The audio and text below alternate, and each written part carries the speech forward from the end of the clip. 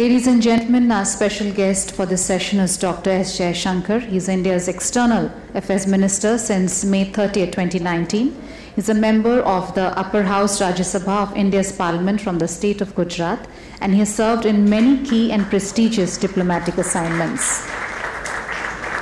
He is a recipient of the Padma Shri Award in 2019 and has written a widely acclaimed best-selling book, The India Way, Strategies for an Uncertain World, which was published in 2020. With these words, may I request Mr. Harshpati Singhania to kindly begin his conversation with Dr. S. Jaishankar. Over to you. Hello. That's working? Okay. Good afternoon, everybody. I'm delighted to have here at FICCI Dr. S. Jaishankar, who's our External Affairs Minister. Sir, thank you very much for sparing time. I know you've been busy with back-to-back commitments, but joining this annual session is very important for us. So thank you very much. Well, the topic, sir, is today the future of India's economic diplomacy and its outreach in this era of emerging global opportunities. So we'll talk, normally we talk a lot about your other outreach efforts of India, but we'll try and focus a little bit on the economic side. Jaishankarji, you know that in the last 1.5 years, 2 years now virtually, the whole world has been in a turmoil with the pandemic, which has completely disrupted the normal flow of things: business, commerce, politics, personal lives. You have been at the forefront representing India in tough situations as well, and India has done some great things, our vaccine diplomacy, also our explaining our position to the world, because the whole world was thinking how we would deal with this whole issue with such a big population. How would we be safe and sound? And you have been at the forefront to do this, and we'd like to thank you very much for the stellar role that you played in making this happen.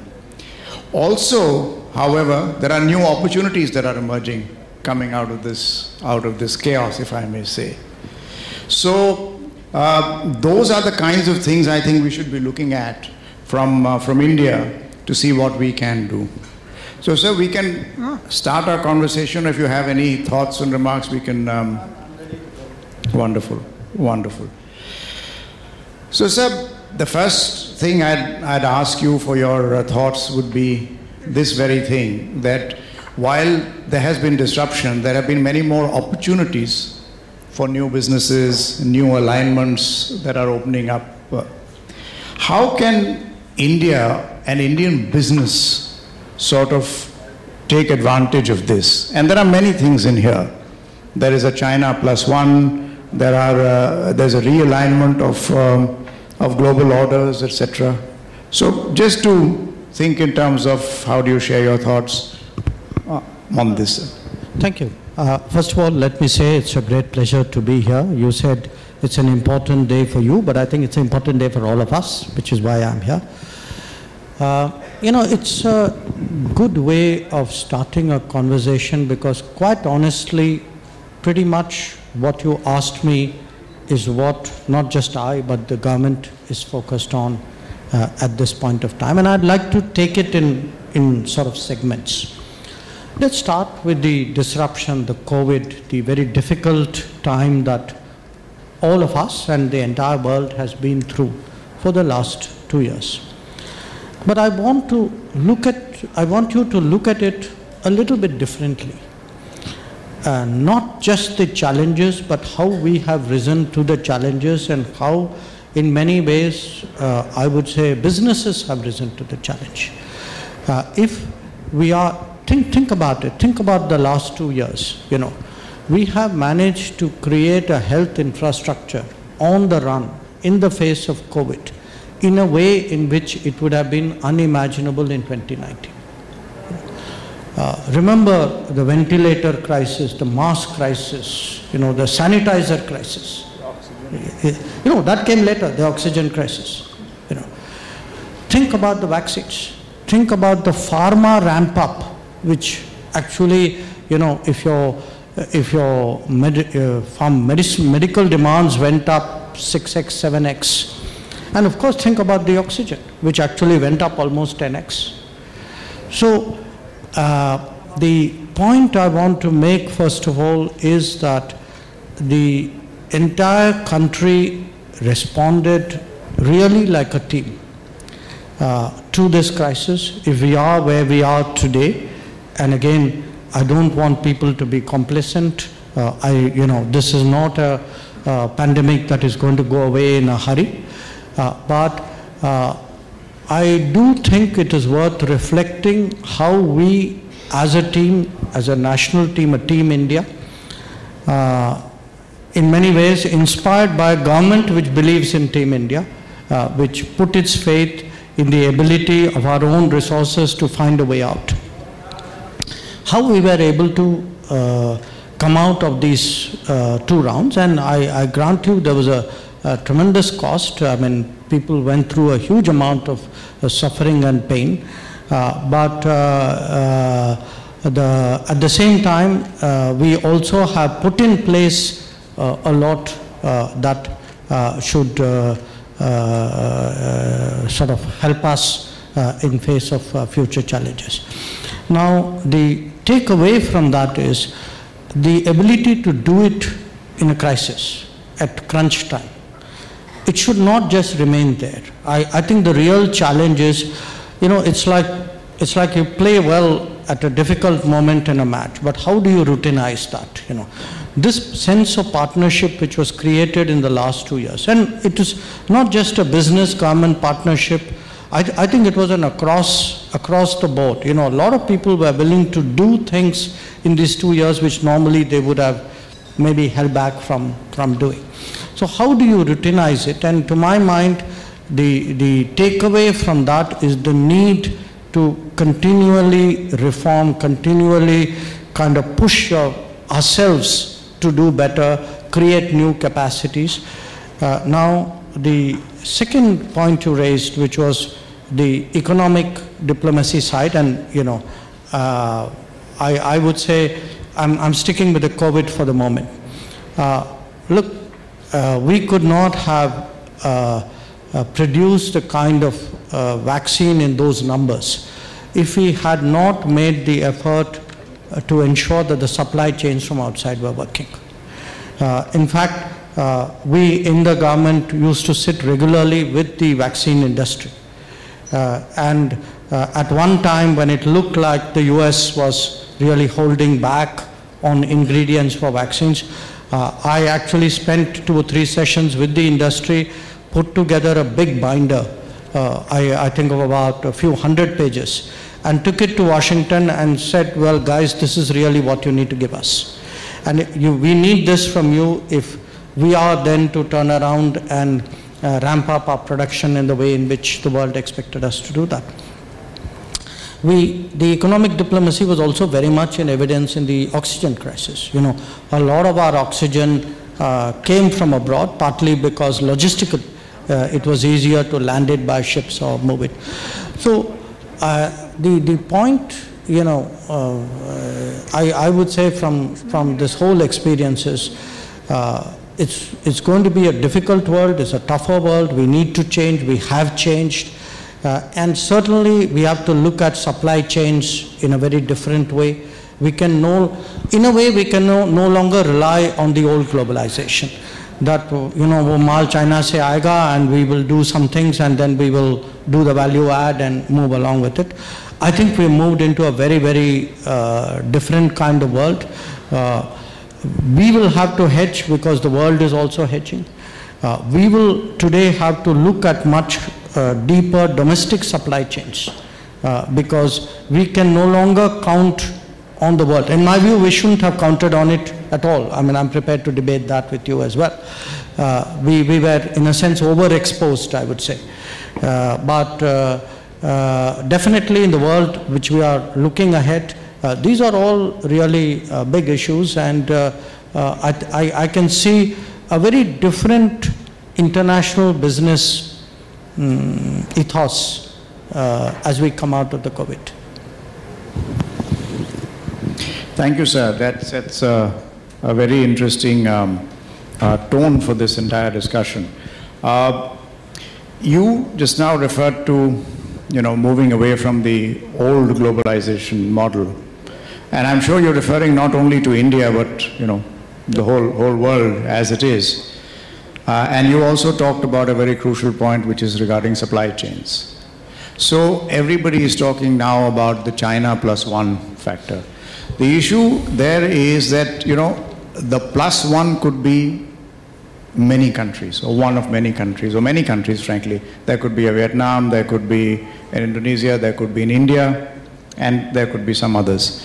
How do we sort of see that India comes at a very prominent position there and winning the trust of other people in the globe, that India is really that trustworthy partner? You referred to it in the beginning in your opening comments about the government's belief in Team India. So would you like to, sir, elaborate on that, some thoughts in terms of how we can do this, and together, government and business? Look, I don't think we should reduce the problem to a China plus one. I mean, we are India. We are not a China plus one. So we should actually have our own strategy for ourselves, which should have been autonomous or independent of this crisis that we are facing. I mean, we should actually be asking ourselves, why is it if we have had 7, 8, 9% growth for a considerable period, why don't we have the deep strengths that we see in East Asia and to some extent in Southeast Asia?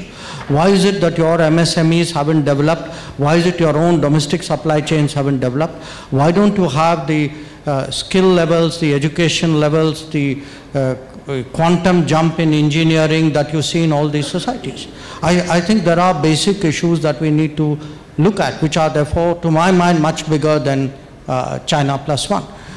Having said that, I also would say, while we are doing all of that, and that can be done, for that there's no single simple answer. You have to attack 100 fronts at the same time. I mean, you have to start from, literacy, from basic needs of people, get people into schools, make sure the gender gap is less, coming out of schools, make sure they're employable, look at skills, expand your skills, expand your educational institutions, make your workplace more employment friendly. I mean, so there's a whole chain out there. And if you actually see the last 8 years, I just want you to think of that chain, from really the ground level all the way, in a sense you can say, to economic strength.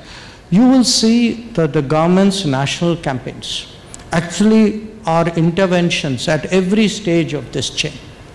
That, whether it is Beti Padhao, Beti Bachao, which, deals with the gender gap, whether it is really Digital India, which, encourages awareness even of people who may be semi-literate or who are physically distanced from educational centers. Look at the skill program. Look at the urbanization program. So I do think there's a kind of a social transformation which should have accompanied reform. In many ways, it should have happened over the last 25 years. Okay, it didn't happen, but at least it's happening now.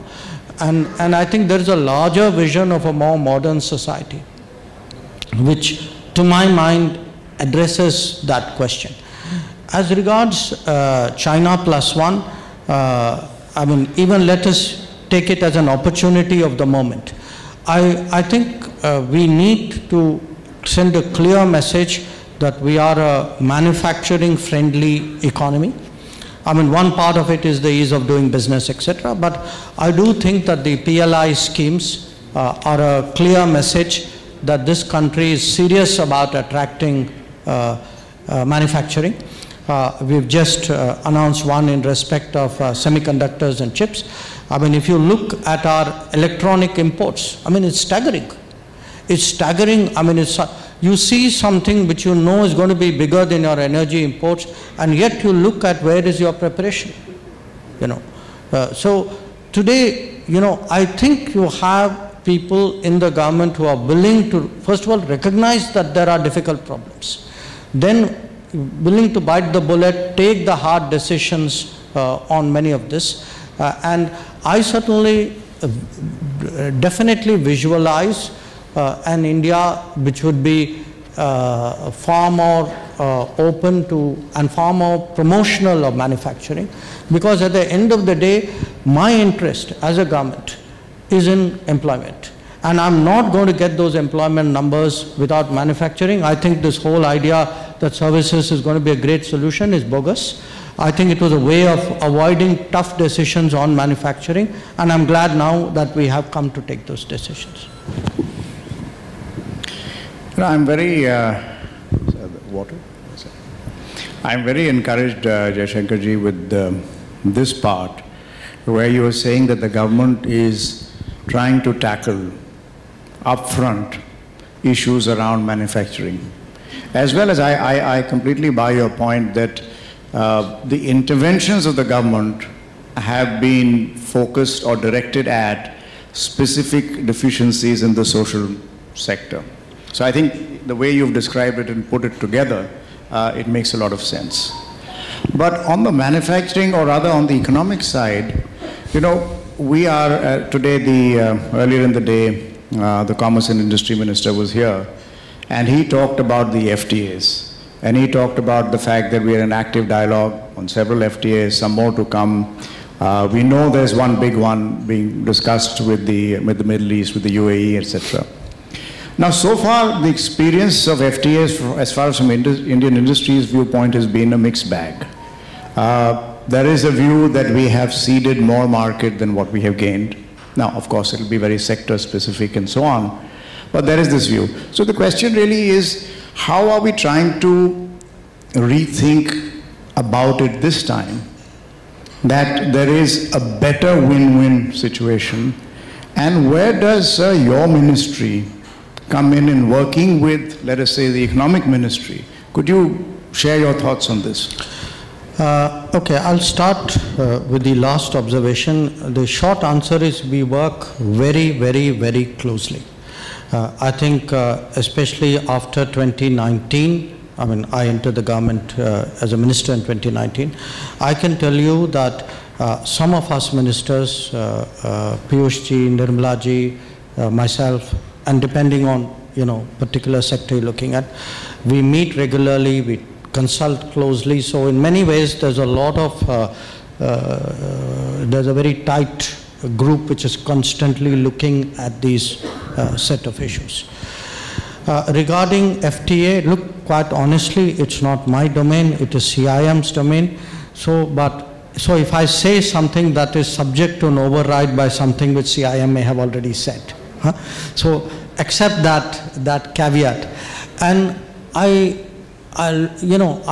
say this honestly, not as someone in the government today, but as someone who knows a lot of people in this room, who spent a lot of time with business, who's actually had a home in the middle of an industrial estate nearby called Noida.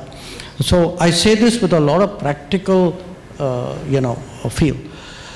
The experience of the last 25 years of FTA, I think when you call it mixed, you're being very diplomatic. Yes. No, I thought my company was causing you to be that. Look, it's been a very tough experience, because what has happened is, to a large extent, we were dealing with non-market factors at work. And as a result, we have seen in many cases our domestic supply chains very badly affected. In some sectors, they've actually got completely hollowed out. And if you look at some of the economies with whom we've done the FTAs, they've been very, very protective of their own supply chains, very, very protective of their MSMEs, And they all have, in a sense, business cultures, which are an overlay over the economics. So we expect, okay, this is a good year for us in product X, I'm competitive. And then you find actually you're not selling out there. You're not selling out there because there's a there's a business culture out there which is a very effective non-tariff barrier. So, you know, your price point is great, your product is great, but nothing happens. So we've got to get real about this. You know, we need to see, you know, that's why I have some discomfort with the old mantras of globalization. That, you know, the more FTA you do, the more competitive you become, more you open up, better for you. We had some of those debates in 2019. I just think that the weight of the evidence, you know, ask, and as I tell people, I mean, don't ask the economists, ask the guys in business. They will tell you whether they've been hurt or not. You know, they will tell you whether it's fair competition or not. They will tell you, should you be doing more of this or not? And in my view, I mean, if after 25 years and mounting evidence, if you're not listening, then we are in trouble. And again, I put it to you, this is a government that listens. I think a lot of our decisions, what we did in 2019, and what, you know, the fact today that we are pushing for reviews of FTAs with many partners actually underlines that. And when it comes to new FTAs, we are very prudent, and this is where the MEA part of it also comes in. You know, we need a lot of analysis of the person with whom you're kind of getting into a relationship. So it's not like everybody is the same. I mean, after all, even in India, you know, when you get into a relationship, you check out the other person. So we need more of this checking out, much more of this understanding what our partners are about before we take that call. And I think the priorities today reflect the nature of their economy, reflect our strategic convergences, reflect our business comforts. So I would hope very much that, you know, in a few years from now, we will end up with a, frankly, better set of FTAs. Wonderful. Actually, the last point you made, Minister, is very important because, you know, we have to be on a common purpose. When I say we, means as a nation, policymakers, negotiators, business, all of us put together. And if I may make one small observation, I remember I was FICCI president more than 10 years ago, but even at that time, one gap that I felt, more than 10, 12 years ago, the gap that I felt was that when we faced as businesses, as FICCI, let's say foreign delegations coming in, business delegations, they would come in with their agenda to say, you guys are not doing your patent laws right, you're not doing, you have these restrictions on pharma, this, blah, blah, blah. It'll come like a machine gun. Now, frankly, we can't be masters at all. And we somehow did not know what is Government of India's stance sometimes, or very often, let me put it this way. So it's very important, I believe, that we have an alignment with what the government's thinking is. And the government's thinking maybe, is, as you said, is a government that listens, so it's a two-way street. Your thinking is also molded by what we say. And we also work in terms of, you know, what your thinking is, because you understand a geopolitical scenario better. So, sir, I'm glad to hear that, but my request would be on behalf of FICCI, if we can set up a small group which will interact more closely on this so that we are both aligned on this. This is just an observation and thought. I'm sure it is happening in some way, Mr. President, but we can deepen this with the coming new administration in FICCI. Well, you know, I don't know if it's so much an issue of setting up a group. I think it's a question of creating a culture. What I can say, look, I've been in government a long time, a really long time. In different avatars. No, and I say, you know, I remember the 70s. Okay, that's how long I'm talking about. And I've seen the evolution of how this relationship between business and government works, especially when it comes to foreign, foreign-based issues. You know, there was a time when I would readily admit, you know, most embassies would be quite indifferent to business concerns. I think today you will find a complete change. I mean, most embassies, most ambassadors, in fact, they regard it, like a badge of honor to have an Indian company in their country talk about it. So, in fact, even if I were to go somewhere, if any ambassador gives me a briefing, first, actually they start saying, our trade is so much, our investment is so much, our lines of credit is so much. There has been, I think, a much sharper desire to represent India's interests, which also includes Indian business interests, which rightly, in my opinion, partly because Indian business is, after all, an integral part of India, and also because it has a lot of consequences at home, a lot of benefits at home. If, to my mind, this culture of how do we, I can't represent you if you're not upfront with your problems. I don't need to know all your business problems. But if there are issues in a particular country, if there are policy issues, there are regulatory issues, there are non-business issues, and it can be something as simple as visas. It can be a regulator who's been manifestly unfair to one of our businesses.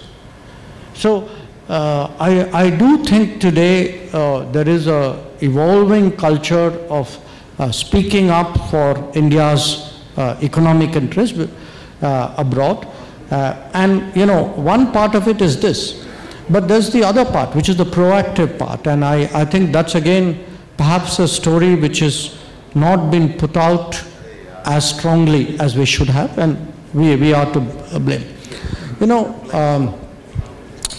Many of you probably would be a little surprised to know that we have roughly about 300 lines of credits, okay, to different countries to promote projects and businesses and Indian products abroad, okay.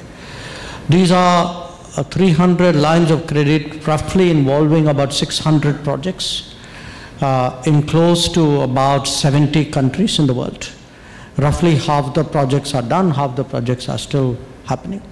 In addition to this, we do grant, which is, you fund because the country can't pay, and we would have something like 80 major grants, other than a lot of small projects, to about 12, 13 countries. And the outlay of this, the lines of credit, would be in excess of $30 billion. The grant would be, I would say, ballpark figure, maybe somewhere around $5 billion. And they've actually provided a great platform for Indian companies to go out, to introduce their projects, to execute their work. So if you actually go around the world today and you see buses and trucks and even infrastructure projects or medicines, I mean, a lot of these are actually doors that were opened up by lines of credit. And it's a very good business practice, because at the end of the day, most of it is credit.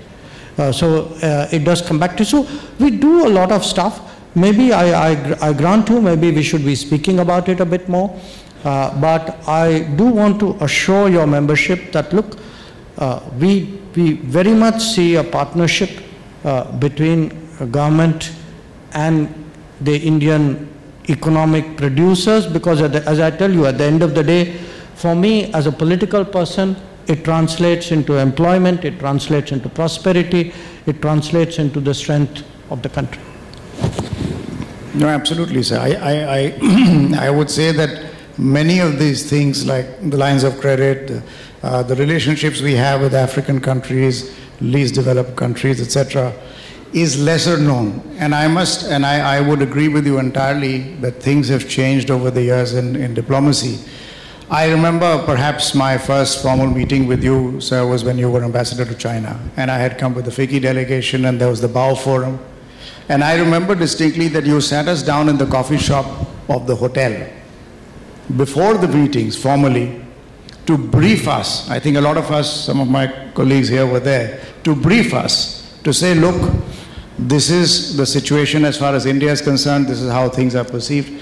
But then I wouldn't say you were the exception. There were other ambassadors who were doing the same, but fewer and far more in between. I would now hope it's the norm. Yes, I would agree with you, and I think we have moved, and that is part of the real economic diplomacy. But I would just take that cue to say one more thing. Recently, sir, you were there, I was also there when the Prime Minister announced our export target of saying that we need to increase it to what, $400 billion or $500 billion at that time to take, I think, exports to 4. And he had video connected all our ambassadors from all parts of the globe. Now that, I think, was a tremendous step in this kind of thing, what I'd call economic diplomacy, and aligning our commercial and business interests with that of our policymakers, at least our ambassadors reaching out. So when the Prime Minister himself is taking the leadership in doing that, I think that's a big moment for the country. And we are happy to help on behalf of FICCI, anybody from the MEA in terms of very active dialogue on this. So that's one. No, thank you. Look, I agree with you. I think that's a very good point, that if, our ambassadors and their commercial representatives, they see that the Prime Minister himself is on the line, is willing to spend a few hours telling you what your trade target should be and exhorting you to do better, I think it sends a very powerful message. But in addition to that, when I was talking to you about lines of credit and grants and so on, look, somewhere we also need to have enhance our global branding. When our companies go out and execute complex projects, when they supply, products which are very very effective, the image of India actually starts to change. One part of it is actually the market entry and the access and how do you then develop a market share. But there is a cumulative impact, which is, this is today a country which is with an increasingly sophisticated economy, capable of producing high quality goods, of rendering good quality services.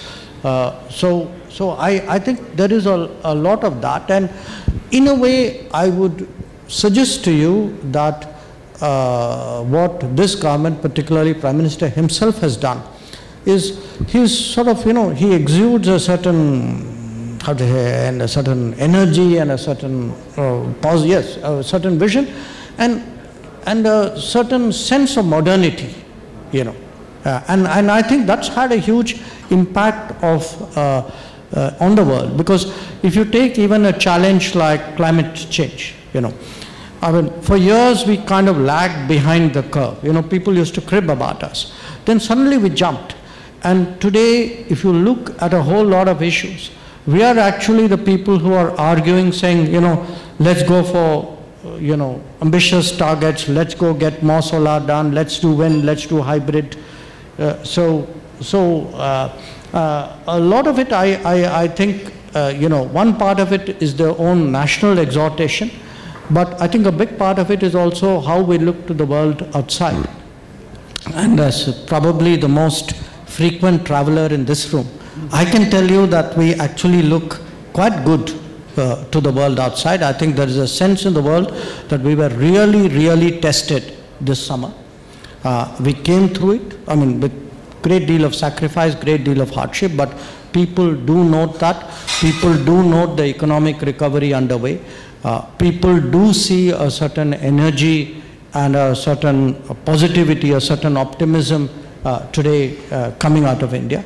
And I would say, for me as Foreign Minister, that's an enormous tailwind that I have. Terrific. Yes, I'd agree that we've come out very positively despite seemingly impossible odds when we had the sort of second wave of COVID, and the whole world was looking at this and we were in a crisis. On a lighter note, if I may say, our positive image and we've come out looking good, some percentage points, I think this audience will agree with me, is also because our Foreign Minister is very dapper, articulate and suave. So I think we'll add that to a little bit of that tally.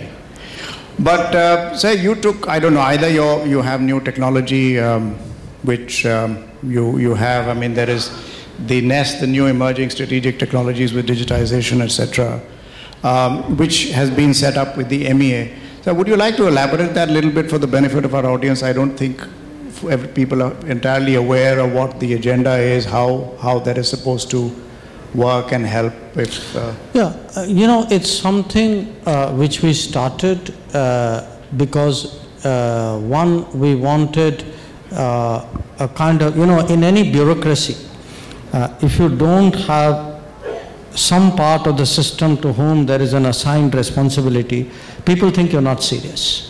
Okay, so there is a messaging actually in it, quite apart from the work. But we've long felt the need actually to have in the ministry some kind of in-house interface with the technology world. It could be technology world of the government, it could be technology world of businesses or universities. So that's the thinking behind starting it off. You know, obviously it's something we need to grow with time. It is helpful to us in flagging a lot of issues which otherwise would tend to get missed out. But it isn't only that, you know. I mean, it's interesting. Last week, in fact, we have now become partners in something called Global Technology Summit, which we do with Carnegie India. So we are finding, you know, in a sense, today's policy world is increasingly kind of multidisciplinary, and if we don't adapt to it in MEA, I think we'll get left behind. So, you know, part of NEST is also to encourage that much more multidisciplinary approach. And I think, you know, given how much talent we have in the ministry, I mean, it's amazing now how many engineers and doctors and, you know, people who have a knowledge base which is actually very wide, even when they enter the foreign service. A lot of it is, you know, how do you tap into it and get more out of them? Great. Jaishankar ji, I could continue conversing with you, but I'm conscious of your time and also that we probably have run out of time. But I just want to, you know, some people in the audience might kill me if I don't ask you, and I'll request you to answer very briefly on that, if you will. The non-economic questions around trouble in our neighborhood with Afghanistan and the withdrawal of US troops. How do you see this sort of playing out for India? And, you know, how do we sort of do the walk? Well, you know, you spoke about Afghanistan. That's not the only trouble we have in the neighborhood. So, but let me start with that. You know, at some point, the Americans were going to leave Afghanistan. In fact, people sometimes forget that Obama pushed for it when he was president. Okay, and he almost had his way. And then through the entire Obama second term, the entire Trump term, you've had this ongoing debate in the US. So at one level, you know, it's not a surprise, but I would say a lot of the concerns came from how those negotiations took place in Doha and, you know, how it then unfolded on the ground. Where at the end of the day, you know, it's a phenomenon which people in business will not find difficult to understand. It's actually a collapse of confidence. That's really what you saw in Kabul on August 15th. Now, from our point of view, I think obviously as a proximate neighbor, we are very, very concerned. After all, there is some history there. But I also think it's not a situation where you would rush in to take calls and make judgments. You know, there are times like, you know, you wait for the markets to stabilize, you wait for a situation also to stabilize. The world's kind of reached some basic consensus. There's a willingness to be helpful on humanitarian issues, but on other matters, I think there's a view which was articulated in a UN resolution that, you know, you need a more inclusive government, you need a government which will not support terrorism, etc., etc. So we'll have to wait and see how this plays out. I think we've been sensible, I think we've been prudent. We have had whatever engagements we needed to at the point where our interests were at stake. I can say this, that in a very difficult environment where despite our repeated warnings, you still had a lot of Indians in Afghanistan, we have pretty much managed to get everybody out. That's where that is. I think the other parts of the neighborhood, you know, we have a China problem which is spoken about on multiple forums, largely because they're not following agreements which they had. So it's like a party, you know, violated a contract, you can say, in your world. But for the rest, beyond that, I would say, look, the neighborhood's actually doing pretty decently. I mean, you have today a relationship with Bangladesh very much on the upswing. You have things are going great in Maldives. Sri Lanka has its own problems, but I think between us, our relationship is very stable. Of course, Pakistan is a different category, but I don't think you even want me to talk about it. That will require an entirely different session, I suppose, but if we started talking about that. But thank you, sir, Jaishankar ji, for spending the time. We are absolutely out of time here, but I can only tell you that we are very satisfied, reassured, and proud to have you as our representative to the world, if I can use that expression. And thank you once again for coming to FICCI. Thank you.